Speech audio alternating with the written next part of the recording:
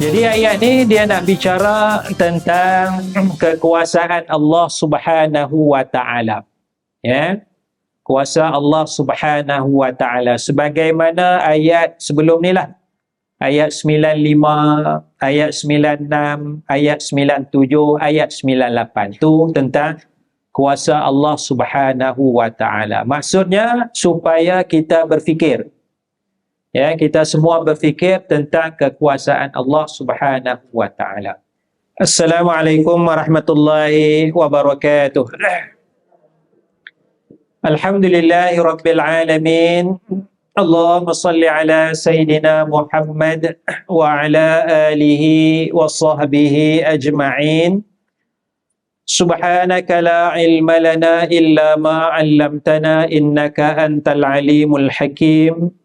Rabbi syrah li sadri wa yassir li amri wahlul 'uqdatam min lisani yafqahu qawli amma ba'd. Dah sampai muka surat ayat berapa?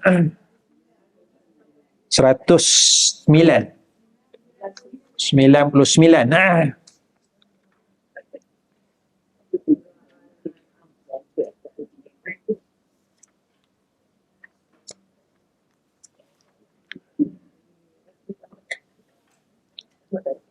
Baik, kita mula ayat 99 surah Al-An'am. Ayat 99 surah Al-An'am. Firman Allah, a'udzubillahi minasyaitonir rajim. Wa huwallazi anzala minas samaa'i maa'a فأخرجنا به نبات كل شيء فأخرجنا منه خضرا نخرج منه حبا متراكبا ومن النخل من طلعها قنوان دانية وجنات من أعناب والزيتون والرمان مشتبها وغير متشابه انظروا إلى ثمره إذا أثمر وينعي إن في ذلكم لآيات لقوم يؤمنون. Panjang ayat ni.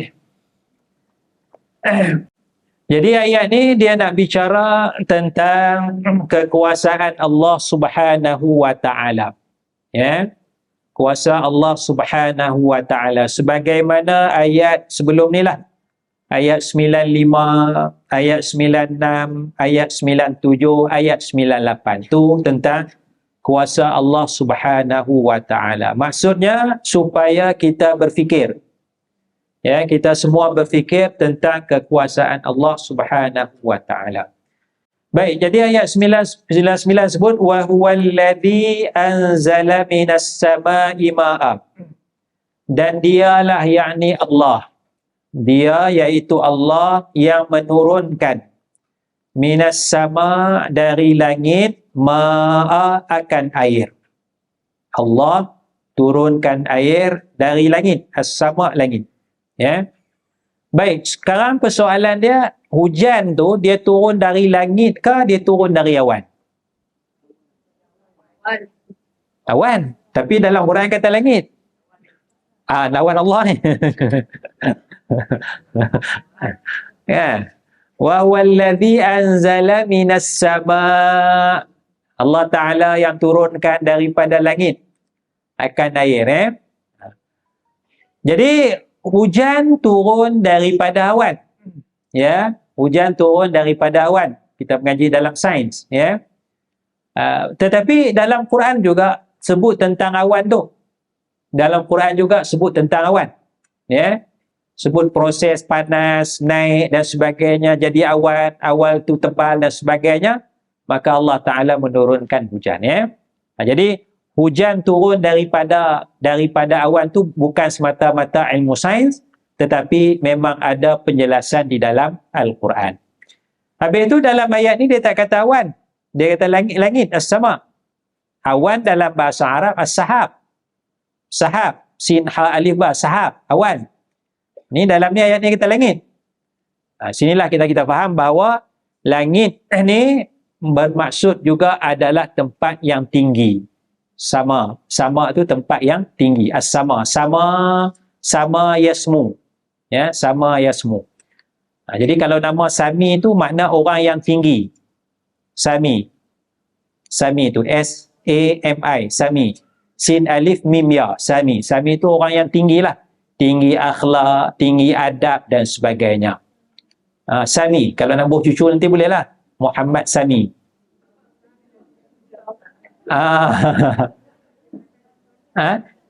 Sin alif mim ya, Sami. Samiri lain. Sama tu tinggi, Sami. Sin yang bagi hijab Arab tu lah sin alif mim ya. Sin alif mim ya. Kalau hijab Melayu jadi Tok Sami lah. Hijab Melayu. Kan, pergi pejabat pendaftaran, nak buat nama apa? Ahmad Sami. Pegawai pendaftar mesti terkejut macam mana ni. Kan, Sami jarang sangat tak pernah dengar lagi orang Islam Melayu kita nama Sami tu. Ada barangkali ada pada barangkali dia tengok makna tu lah, tinggi tu, Sami. Jadi Tok Sami tu barangkali orang yang mulia tu kot. Tok Sami tu orang yang tinggi kedudukan, orang yang mulia. Wallahu a'lam. Ya. Baik, balik pada ayat as-sama, langit langit mana tempat tinggi, iaitulah awan. Baik, Allah yang turunkan. Jadi kita dalam i'tiqad tak boleh kata Allah, kita tak boleh kata bahawa hujan tu turun dengan sebab sekian. Ya. Ataupun benda jadi begini. Sebagaimana dalam hadis Nabi SAW, Nabi melarang kita berkata mutirna binau'i kaza. Kami diberi hujan dengan sebab bintang sekian.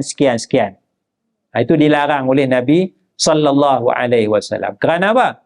Kerana perkataan itu memberi kesamaran seolah-olah bukan Allah yang menurunkan hujan. Kerana yang sebenarnya menurunkan hujan adalah Allah Subhanahu wa taala. Jadi itu dilarang. Tetapi dari sudut perkataan, dari sudut sebab musabab tu tak apalah.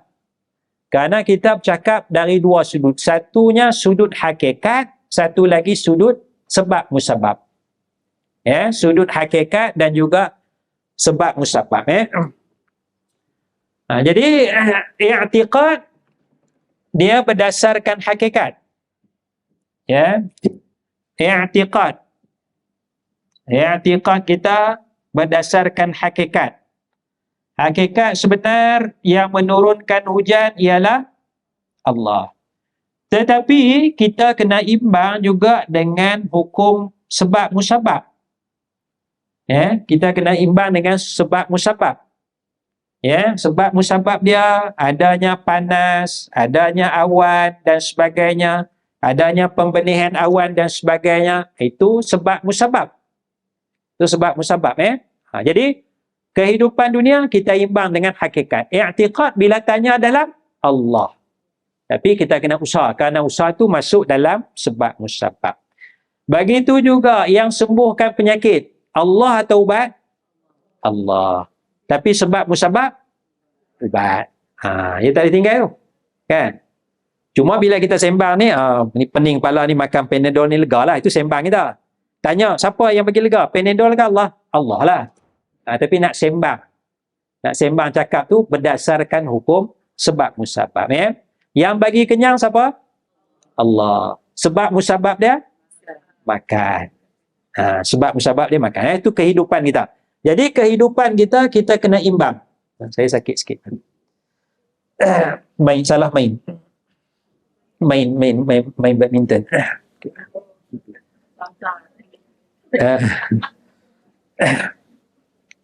Baik, itu kita imbang. Imbang di antara i'tiqad, hakikat dan juga sebab musabab. Kehidupan dunia kita ni dia bergantung kepada sebab musabab. Ya, kehidupan dunia kita bergantung kepada sebab musabab. Ya. Sebab itu orang kafir kalau dia berniaga, dia i'tiqad ada Allah yang bagi kaya. Tak. Dia baca ada doa. Dia baca ada ayat 1000 dinar. Dia tak baca. Tapi dia kaya tak? Kaya. Pasal kehidupan dunia dia bergantung kepada sebab musabab. Ya. Kita pula, orang Islam, sebab musabab ni kurang. Baca ayat 1000 dinar, insya-Allah bisnes akan jaya, meletup kan.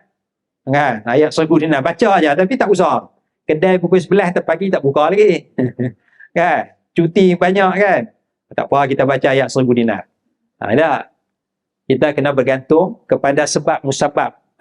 Kehidupan dunia mesti kepada sebab. Tapi i'tiqad tu adalah Allah Subhanahu wa ta'ala. Kemudian kata Allah Subhanahu wa ta'ala, bila Allah turunkan air, fa akhrajna bihi nabata kulli syai', maka kami pula Allah lah. Tadi disebut kata ganti nama ketiga, dia yang menurunkan tu. Sekarang fa akhrajna, kami pula kata ganti nama kedua. Dia beralih daripada kata ganti nama ketiga, beralih kepada kata ganti nama kedua. Maka kami keluarkannya dengan air tu nabata kulli syai', tumbuh-tumbuhan daripada tiap-tiap sesuatu. Kerana setiap-tiap sesuatu itu adalah berpunca daripada air. Wa ja'alna minal ma' kulla syai'in hayy. Allah Ta'ala jadikan daripada air itu tiap-tiap sesuatu hidup. Kehidupan itu bergantung kepada air. Sebab musabab. Ini sebab musabab ni yang menumbuhkan Allah.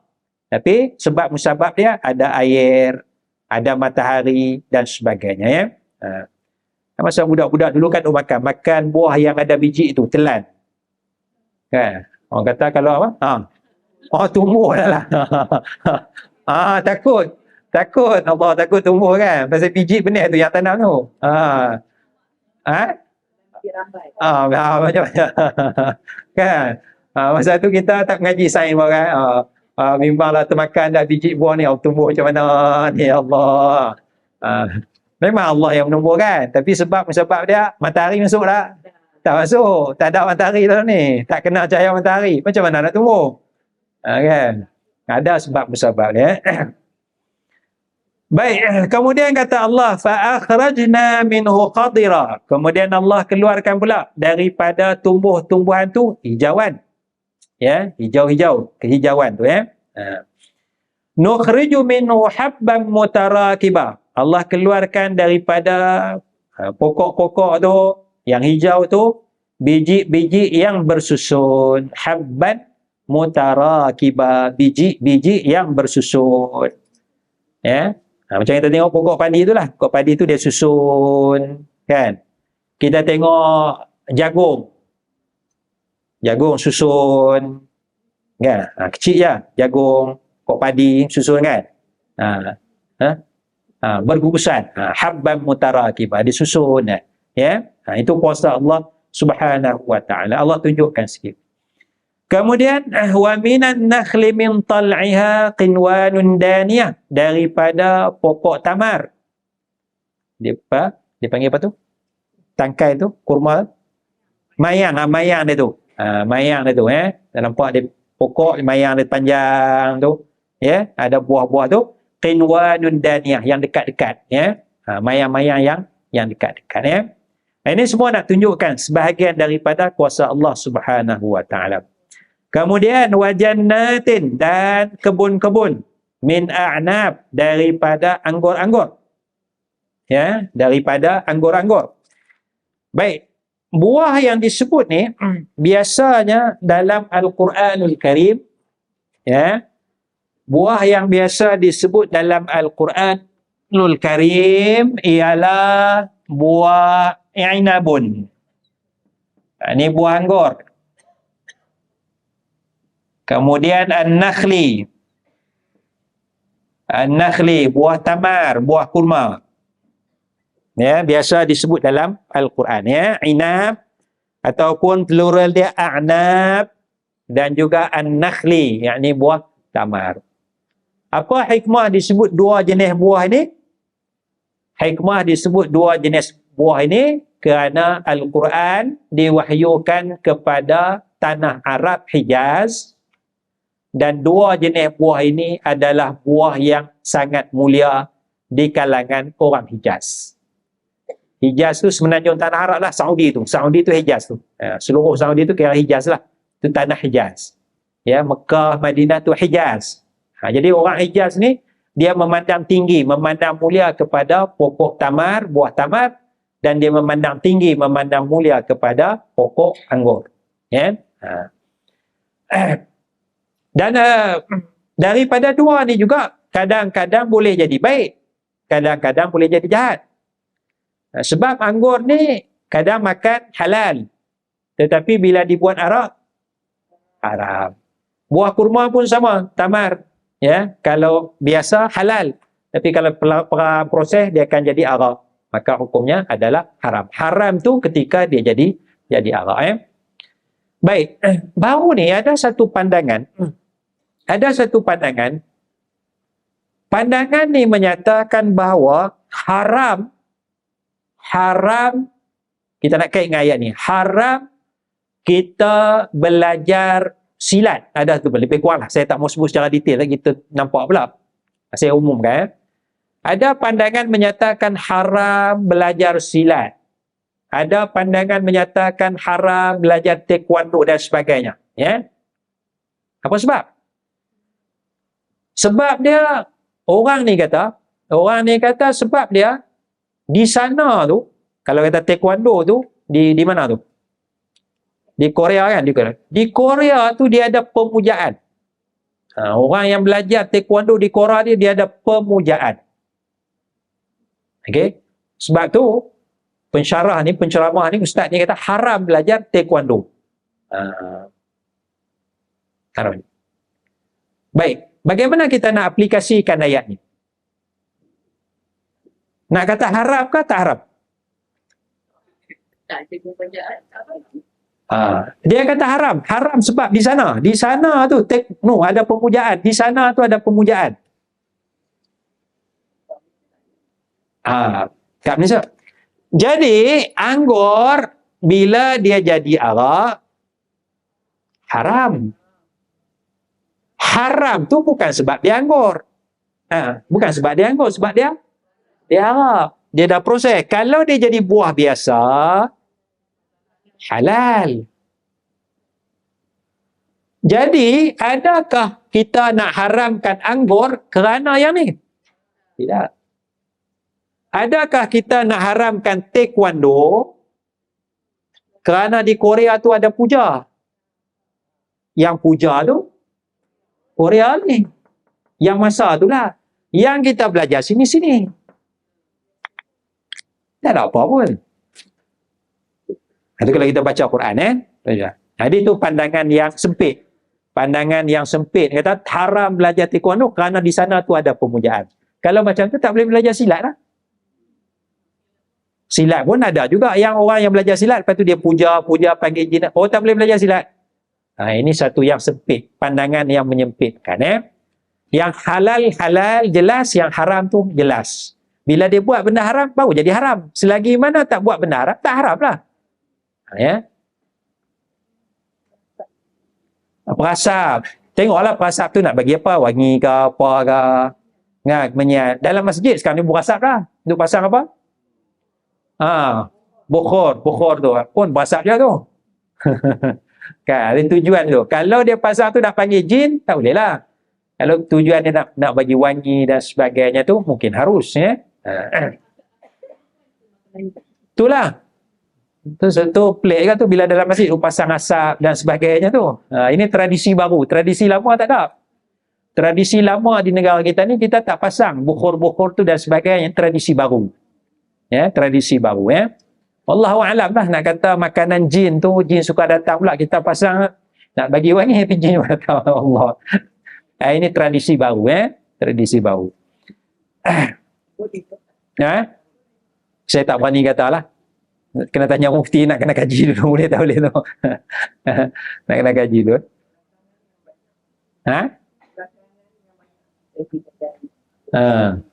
Bukhur-bukhur tu kan? Wallahu a'lam. Biasa dulu kita pakai yang tu je. Dia tek tu, chat.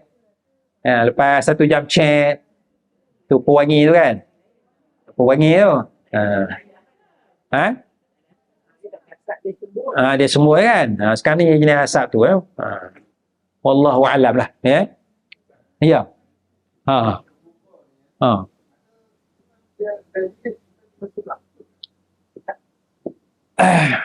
Dia relate dengan sunnah.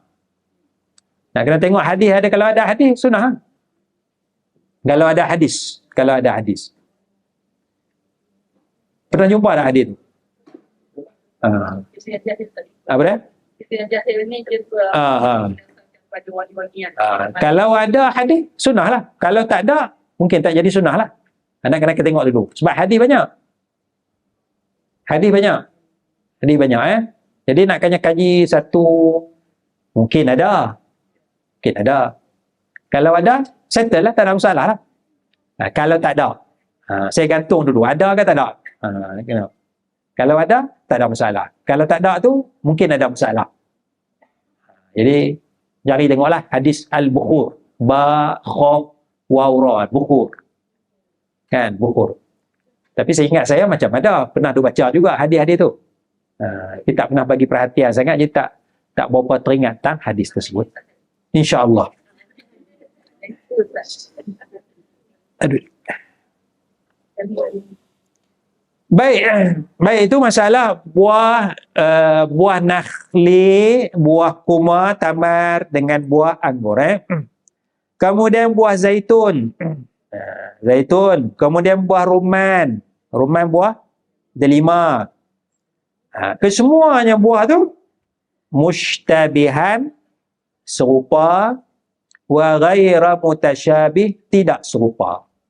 Sama, mushtabihan, sama, wa ghaira mutasyabih, tidak sama.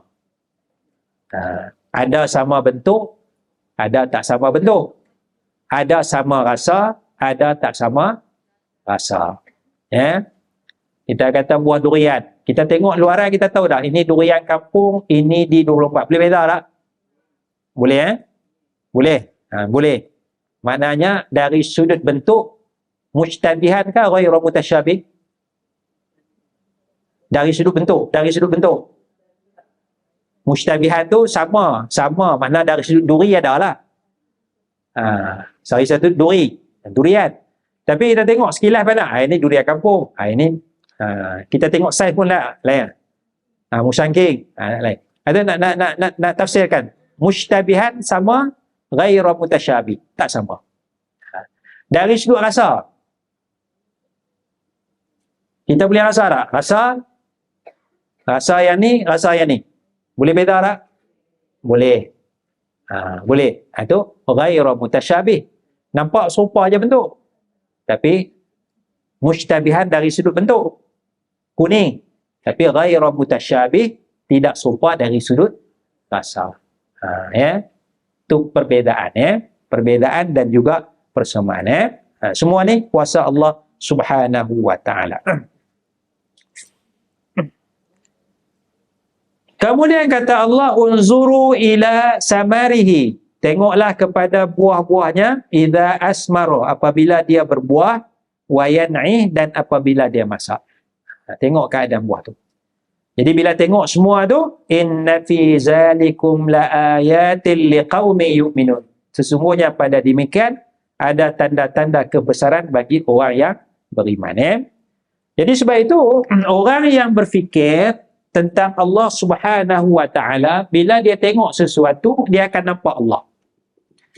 Dia tengok ni nampak Allah.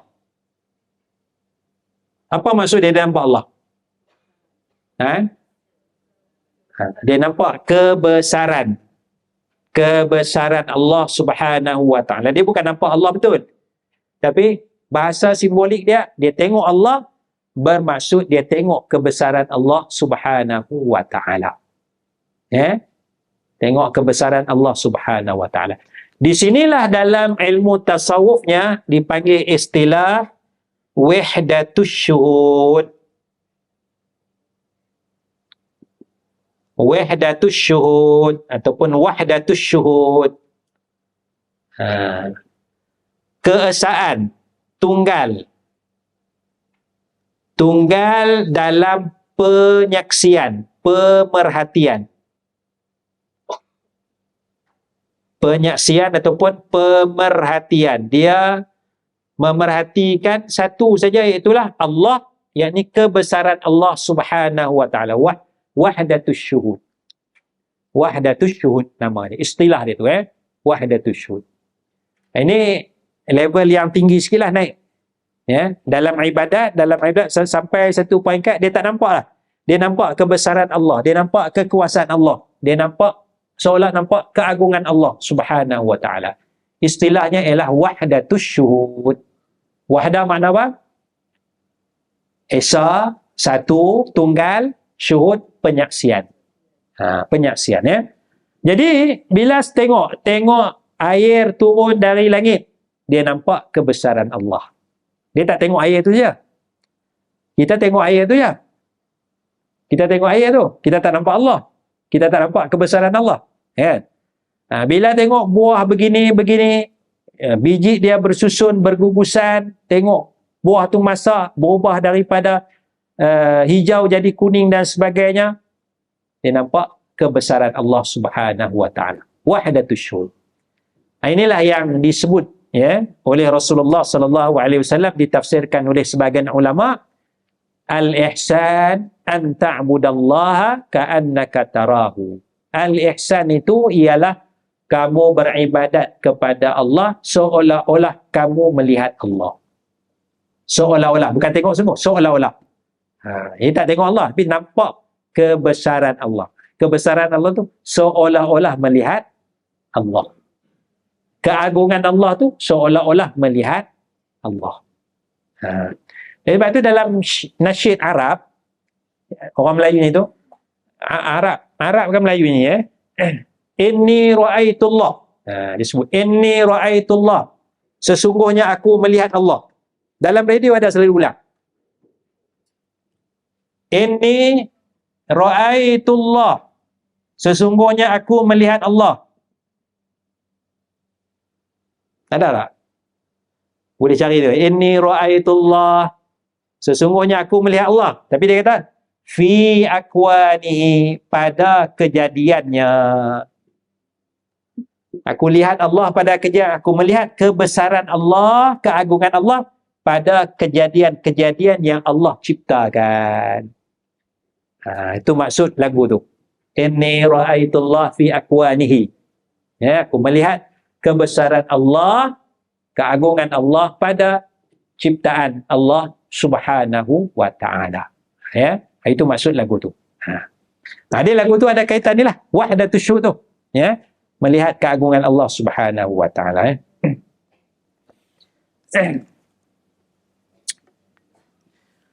Baik, kemudian bila dah habis ayat 95. Semua tu cerita kuasa Allah Subhanahu wa taala sampai ayat 99. So fikir tengok, siapakah Tuhan yang sebenar ni?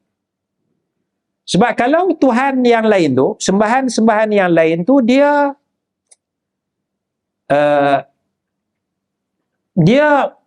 i'tiqad pengikut dia pun pada Tuhan pun ada masalah.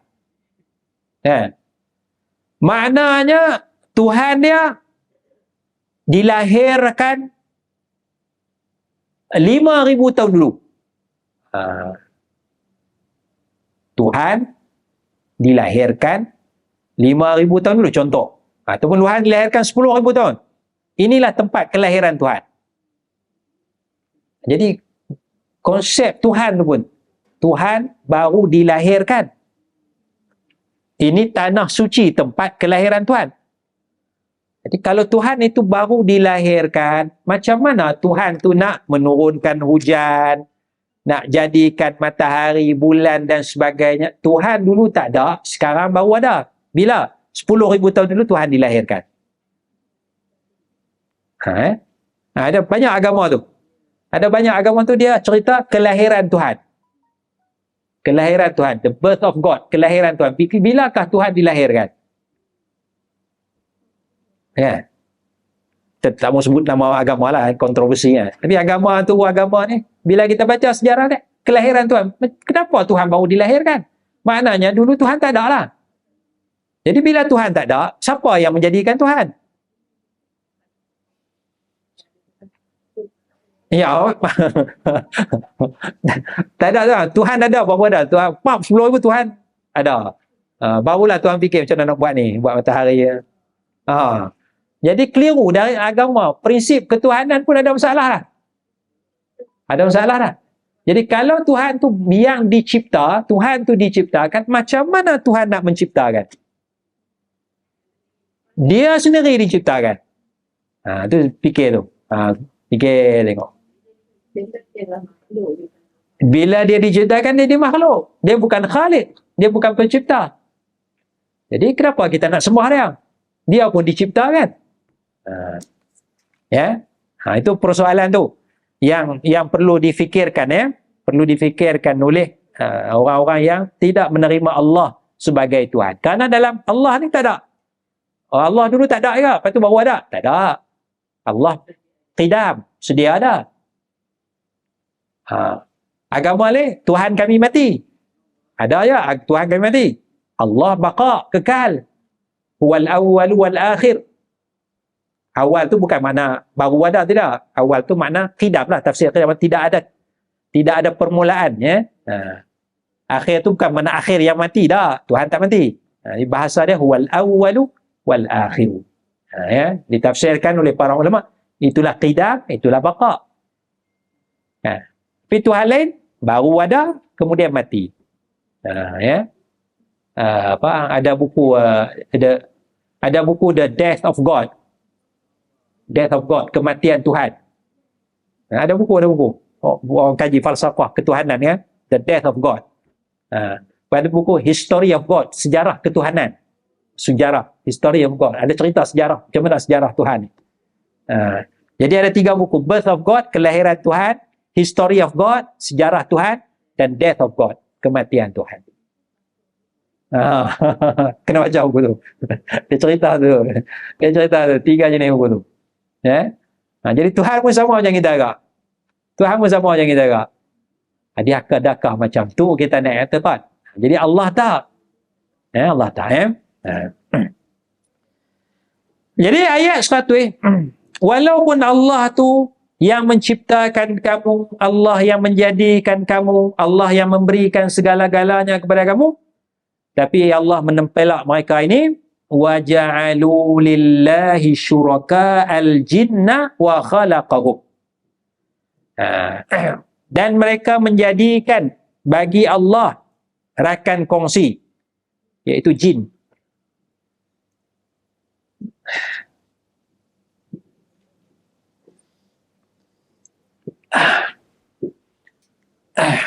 Kalau nak faham dia mudah sih. Wa ja'alu al-jinna syuraka alillah. Itu cara asal ayat, bahasa grammar yang mudah sikit. Wa ja'alul jinna, mereka menjadikan jin. Bukan kita nak ubah Quran ni, kita nak bagi faham mudah. Wa ja'alu, mereka menjadikan jin syuraka, rakan kongsi, sekutu, lillah, bagi Allah Ta'ala. Jin tu jadi objek. Mereka menjadikan jin sebagai rakan kongsi. Objek yang kedua, rakan kongsi bagi Allah Ta'ala. Maknanya ada jin ke, dewa ke, dewi ke, yang setara dengan Allah Subhanahu wa Ta'ala. Wa ja'alu lillahi syuraka al-jin. Setara bagi Allah Subhanahu wa Ta'ala. Jadi orang sembah berhala, dia sembah berhala. Dia sembah berhala. Tapi dia sembah berhala tu dengan arahan siapa? Pujukan siapa? Pujukan jin. Jin ke iblis? Jin. Iblis ke jin?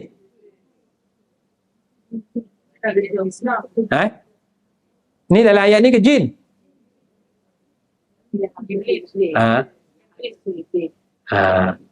Jin.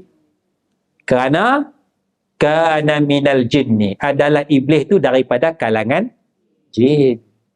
kana minal jin, kana adalah iblis tu daripada kalangan jin, fa fasaqa an amri rabbih, maka dia derhaka kepada Allah Taala.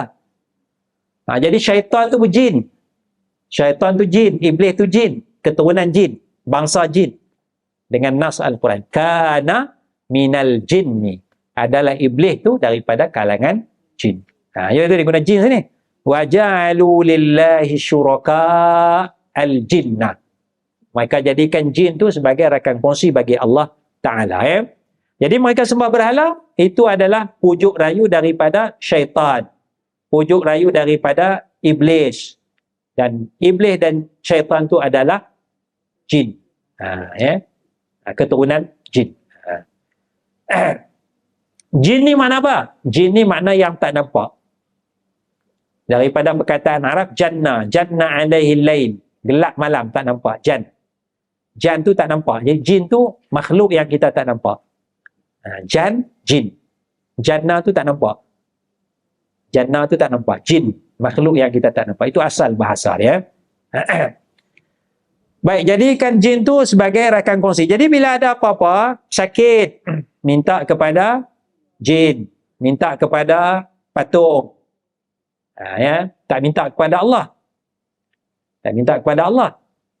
Bila nak berniaga, nak bagi untung, minta kepada jin, minta kepada patung, tak minta kepada Allah. Bila mereka nak musafir,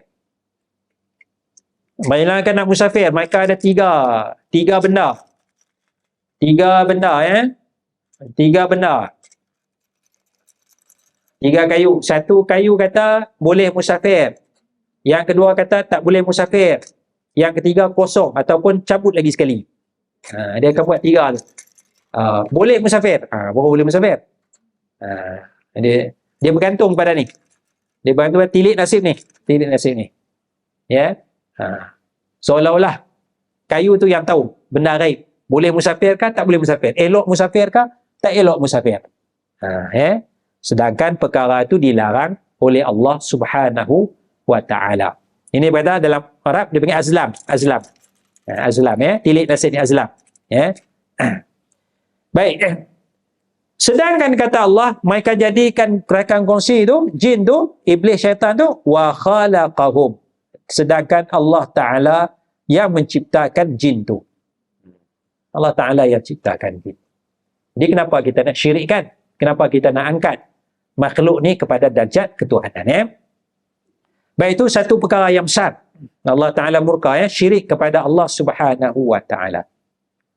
Jadi sebab itu doa kita panjatkan doa, minta doa hanya kepada Allah Subhanahu wa Ta'ala.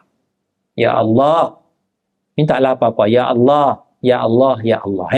Tidak minta kepada jin, tidak minta kepada mayat, tidak minta kepada ahli kubur, tidak minta kepada patung, tidak minta kepada pokok dan sebagainya. Karena doa mesti minta hanya kepada Allah. Kalau minta tolong, itu minta tolong lain.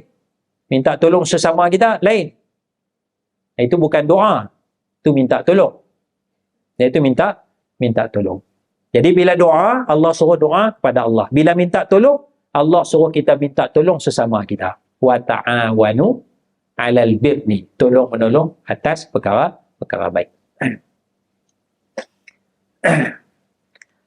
Kemudian Allah kata lagi, ini pun perkara yang salah juga, wa kharaqu lahu banina wa banatin bighairi ilm. Mereka mencipta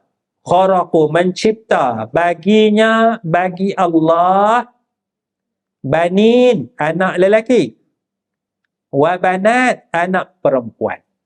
Allah tu ada anak lelaki dan anak perempuan. Maknanya Yahudi berkata Uzair anak Allah. Anak lelaki lah. Anak lelaki Allah. Macam mana Uzair ini dikatakan anak Allah? Uzair ni satu hari dia keluar dari rumah dia. Dia tinggalkan rumah, jalan sampai satu tempat. Dia berehat, dia tertidur. Masa dia keluar tu dia muda lagi. Dia ada anak. Cik-cik anak dia keluar. Kita katalah masa tu umur dia mungkin 20 lebih ke 25, 30. Anak-anak kecil tinggal. Dia pergi, ada urusan dia lah. Dia tertidur. Lepas dia bangun tidur. Bangun tidur, dia balik. Dia tengok berubah dah. Tempat dia berubah, rumah dia berubah.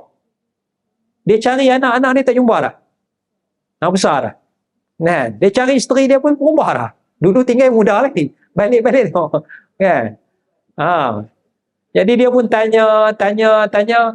Jadi situlah maknanya berapa puluh tahun berapa dia tertidur tu. Maknanya dia dah bercicit, bercucu dah. Sedangkan Uzair tu masih lagi ganteng, masih lagi muda. Masa dia keluar dari rumah tu muda, dia balik lepas berpuluh tahun tu masih lagi muda. Sedangkan anak dia kecil dah jadi dia tua, dah ada cucu, cicit.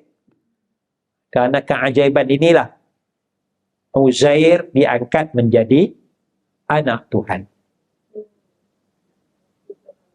Itu satu versi cerita dia. Uzair diangkat menjadi anak Tuhan di kalangan masyarakat Yahudi.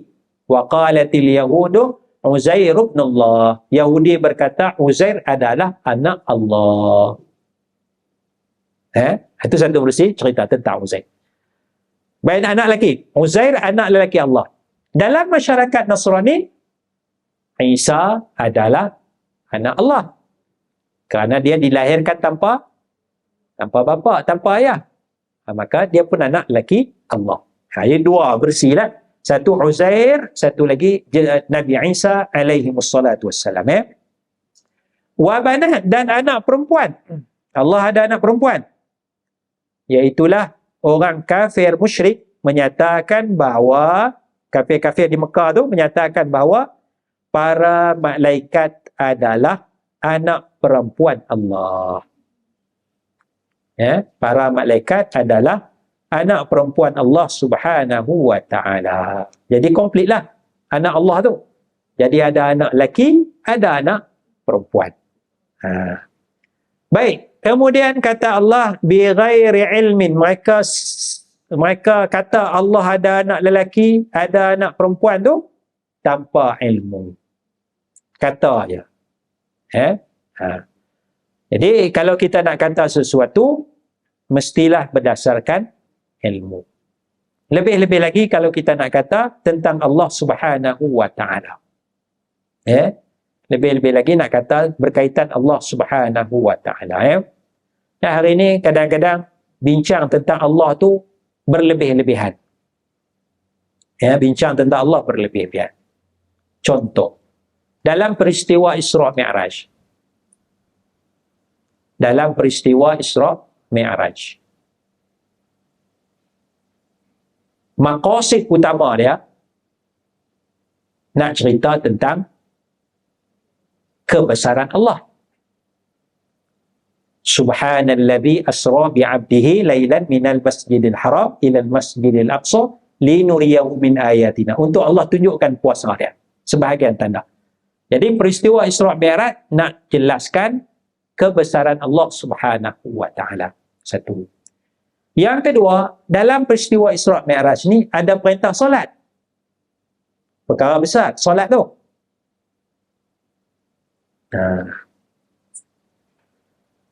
Tapi dia cara benda yang berlebih-lebihan. Berlebih-lebihan. Bergaduh dalam masalah Allah Ta'ala. Kan?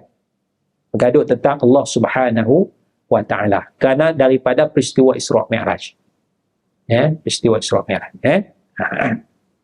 Ada pelbagai isu yang dikaitkan dengan peristiwa Isra' Mi'raj. Satu contoh, capal Nabi. Dalam peristiwa Isra' Mi'raj, Nabi pakai capal tak? Nabi pakai capal tidak? Pakai. Kalau Nabi tak pakai capal, malaikat suruh balik ke boleh naik terus? Naik ke balik? Pasal apa? Tak ada kena-mengena pun, pakai pun capal pun tak apa, tak pakai pun tak apa. Pakai pun tak apa, tak pakai pun tak apa. Dah pakai dah lah. Nah. Kalau tak pakai, naiklah. Tak payah patah balik. Muhammad patah balik. Capan tak pakai. Ya, lepas naik je lah. Kan? Baik. Maksud saya ialah bagaimana pemikiran sebahagian kita menjadikan capal Nabi dalam kisah Isra' Mi'raj tu satu perkara yang besar. Satu perkara yang sangat penting. Sedangkan peristiwa Isra' Mi'raj bukan nak berkait dengan capal. Dia berkait dengan kebesaran Allah. Dia berkait dengan perintah solat. Kan? Tapi ada orang, dia bawa cerita tu.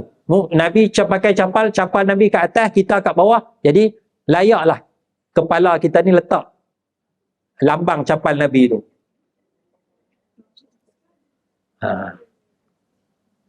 Tak ada kaitan pun. Bukan itu tujuan dia Isra' Mi'raj tu. Tahu tak? Bukan itu tujuan kisah Isra' Mi'raj. Tujuan dia nak tunjuk kebesaran Allah, nak terima perintah solat. Tapi diabaikan benda tu seolah-olah ini benda besar ni. Seolah-olah capal tu benda besar.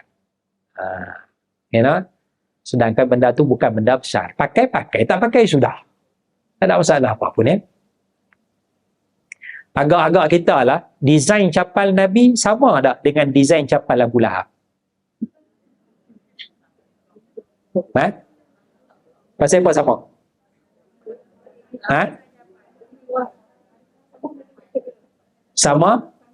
Sama manufacturing, sama kelang, sama industri. Yang Nabi beli, yang Nabi bukan buat sendiri. Zaman yang sama, pattern dia macam tu. Nabi pakai je lah apa dah. Kerana dalam hadis Nabi suka jubah Yaman. Bukan Nabi jahit sendiri, Nabi beli di Yaman. Ada orang bawa Mekah, Nabi beli ni jubah Yaman. Nabi suka jubah Rom. Orang bawa ke Mekah, Madinah, Nabi belilah. Bukan Nabi buat kelang jubah Nabi. Kelang tak ada. Nabi beli apa yang ada, sama aja jubah Nabi dengan jubah Abu Lahab. Sama aja pedang Nabi dengan pedang kelang yang sama. Tukang besi yang buat benda tu. Jadi capal Nabi pun saya yakin sama. Saya duk faham sama aja, apa beza. Tak ada beza apa pun. Kalau tak percaya tengok selipar kita, capal kita tu ada yang sama. Dah. Pasal apa? Kelang yang sama. Dulu lagi lah tak banyak kelang kan. Allah. Dulu kan masa Tun M jadi Perdana Menteri tu kan, dia pakai selipar apa? Bata. Kan? Oh, laku masa tu. Laku masa tu. Sangat laku. Agak-agak kalau Tun M datang sembahyang masjid, kita pun pakai tu. Boleh tukar tak? Boleh. Kan? Pasal tak ada apa pun, tak ada beza apa pun. Baik. Jadi jangan kita berkata tentang Allah tanpa ilmu. Nak berkata tentang Allah secara ilmu, ya. Jadi sebab itu kalau kita rasa berat nak kaji dalam-dalam, kita beriman cara mudah. Ya. Misalnya tak payah bangun.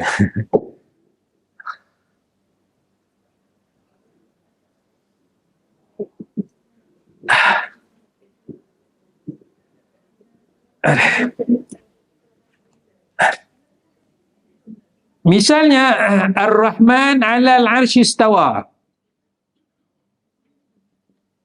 Kita tak usah duduk dalam-dalam. Kita ambil je Allah istawa je. Tak usah duduk terjemah apa senang. Bila kita terjemah tu, kita bimbang, kita berkata sesuatu tentang Allah tanpa ilmu. Tuhan istawa atas arsh. Apa makna? Serah pada Allah. Selamat kita. Tak usah duduk gaduh dengan orang. Kita tak ubah makna ni. Kataan ni kita tak ubah. Istawa. Apa makna? Serah pada Allah lah. Selamat kita. Kita bimbang pada nak mengaji dalam. Kita bimbang kita salah mengaji nanti, kita kata sesuatu yang tak berkait. Wa kharaqu lahu banina wa banatin bighairi ilmin. Kita kata sesuatu tentang Allah tanpa ilmu. Kemudian dzalik subhanah, maha suci Allah, wa ta'ala, subhanahu, maha suci Allah, wa ta'ala, maha tinggi, amma yasifun, daripada apa yang mereka sifatkan. Jadi dulu ada orang gaduh, boleh tak kata Allah subhanahu wa ta'ala? Apa dalil dia? Ini dalil dia.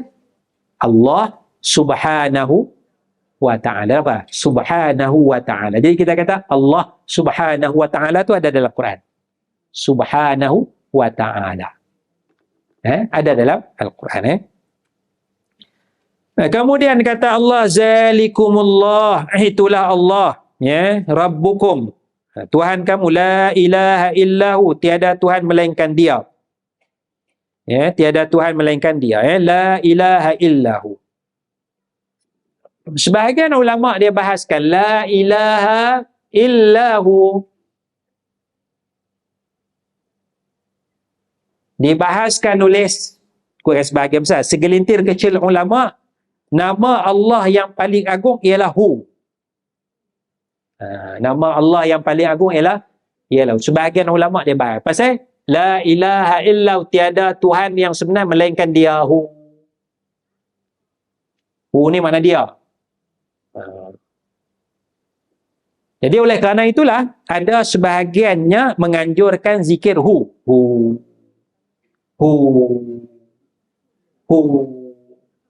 Pasal dia faham bahawa itulah nama Allah yang paling agung, Hu tu. Kerana diulang beberapa kali la ilaha illa Hu. Jadi dia tak sebutlah la ilaha illa Hu, dia sebut Hu. Tapi dalam hati dia barangkali dia ingat Allah lah. Dia ingat Allah. Tetapi saya mempunyai pandangan yang berbeza dengan ulama ini. Saya mempunyai pandangan yang berbeza. Sebab apa? Sebab perkataan Hu tu dia boleh bagi banyak makna. Dia boleh kata Hu, dia. Hu, huwa. Jadi yang mana satu Allah, yang mana satu orang. Sama kan? Kita biasa belajar bahasa Arab, huwa talibun mumtazun fil madrasati. Dia pelajar cemerlang di sekolah. Dia. Ini dia juga. So dia ada kekeliruan kat situ. Kekeliruan kat situ. Kemudian kita baca dalam Quran, yas'alunaka 'anil mahid. Mereka bertanya kepada kamu tentang darah haid. Mahid. Qul huwa azza. Katakanlah wahai Nabi Muhammad, dia ni apa? Hu ni apa? Kembali kepada haid. Jadi ini pun Hu, ini pun Hu. Jadi ada kekeliruan kat situ kalau kita Hu.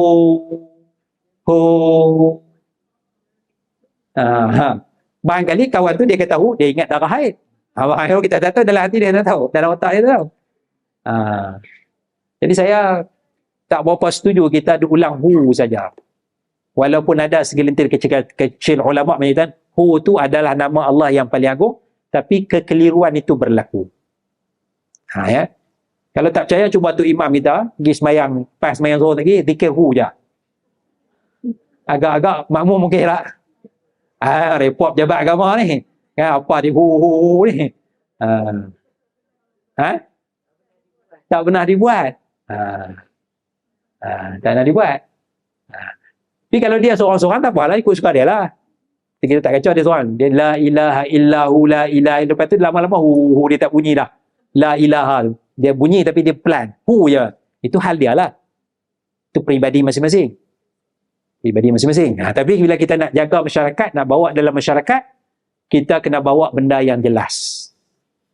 Itu benda yang jelas. La ilaha illallah. Subhanallah. Alhamdulillah. Allahu Akbar. La hawla wa la quwwata illa billah. Itu benda jelas. Pribadi itu kita masing-masing lah. Dia berbeza dengan Allah. Kalau kalimah Allah jelas.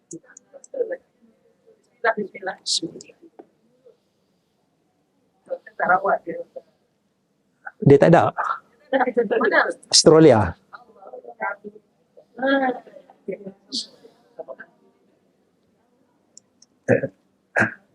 Melbourne.